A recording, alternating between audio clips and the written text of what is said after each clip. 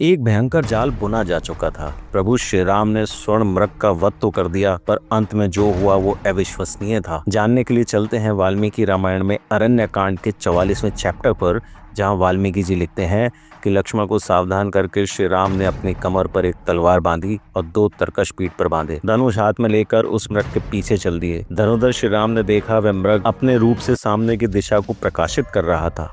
उस महान वन में वह कभी पीछे की ओर देखकर कभी आगे की ओर भाग रहा था। कभी छलांगे मारकर बहुत दूर निकल जाता और कभी इतना निकट दिखाई देता था कि हाथ से पकड़ लेने का लोभ पैदा कर देता था। कभी डरा हुआ दिखता था, कभी घबराया हुआ, कभी इधर छिपता था, कभी उधर छिपता था। और इस तरह मृग रूपधारी मारीच श्री राम को उनके आश्रम से बहुत दूर खींच कर ले गया। श्री राम विवश होकर कुछ क्रोधित से और थककर एक जगह खड़े हो गए। जब वह मृग हाथ में नहीं आया तब श्री राम ने उसका वध करने का निश्चय किया और क्रोध में भरे हुए बलवान राघवेंद्र श्री राम ने तरकश से सूर्य की किरणों के समान तेजस्वी और शत्रु संहारक बाण निकालकर अपने धनुष पर रखा और जोर से खींचकर उसे मृग को लक्ष्य करके छोड़ दिया। वह बाण मारीच के शरीर से आर पार निकल गया।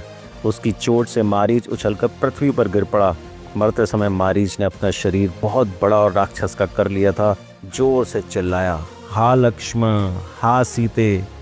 उस राक्षस को देखकर श्री राम को लक्ष्मण जी की बात याद आ गई। वह बहुत चिंता करने लगे। उन्होंने सोचा, हा सीते, हा लक्ष्मण की पुकार सुन के, यह शब्द सुनकर सीता और लक्ष्मण की क्या दशा होगी। यह सोचकर धर्मात्मा श्री राम के रोंगटे खड़े हो गए और वे उस राक्षस को मारकर बहुत उतावलेपन में आश्रम की तरफ चल दिए।